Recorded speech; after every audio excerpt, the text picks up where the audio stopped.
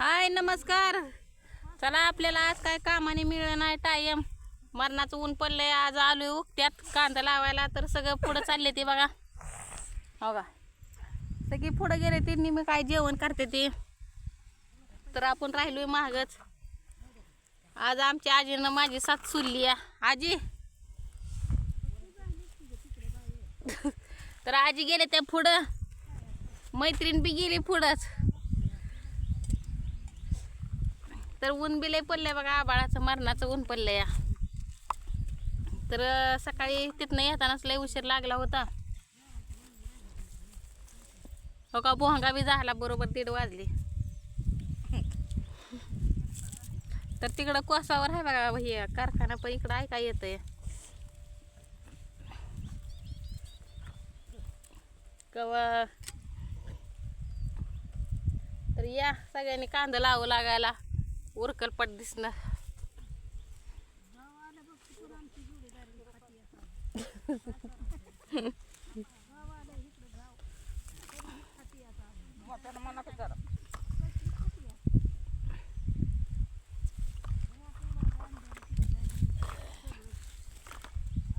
तर कुठल्या मालकांना पटतंय नाही पटतंय त्याच्यामुळं आपण काय सकाळी व्हिडिओ काढला नाही. घरी बी सकाळी मरणाचे गडबड होते यायचे, त्याच्यामुळे हे केलं नाही. जेव्हा आता उद्यापासून बघा घरीच आहे 2 दिवस. मग आता निवांत उद्या हिळीव येतेल चांगलं. पण आज काय गडबडीतच. त्यात अजून ते वलणी आहे गळ्यात आपल्या सारखं निसटती. आज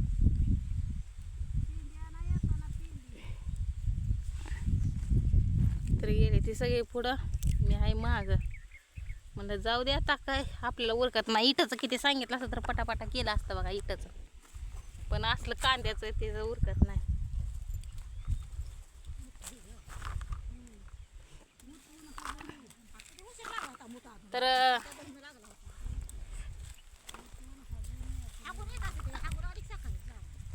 तर कोल्हापूरच्या ताई म्हणते ते ताई मी तुमचं बघून केलं बघा पुरी येते. तर बरं झालं ताई असंच.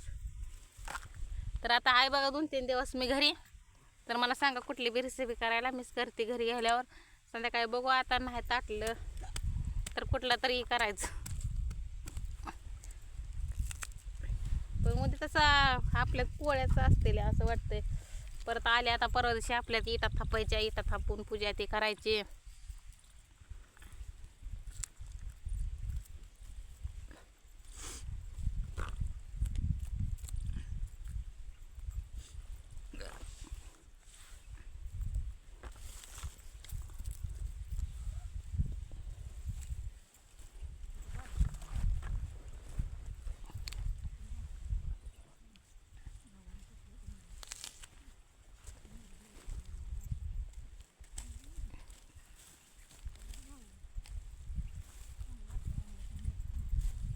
तर चला आता आपला बारका शेवडी पडणार आहे आज. लई लांब काय नाही, कारण काय तसं मालकान तेच आहे ते. तर उद्या येईल जरा मोठा. कामाची गडबड बी आहे आपले. चला बाय.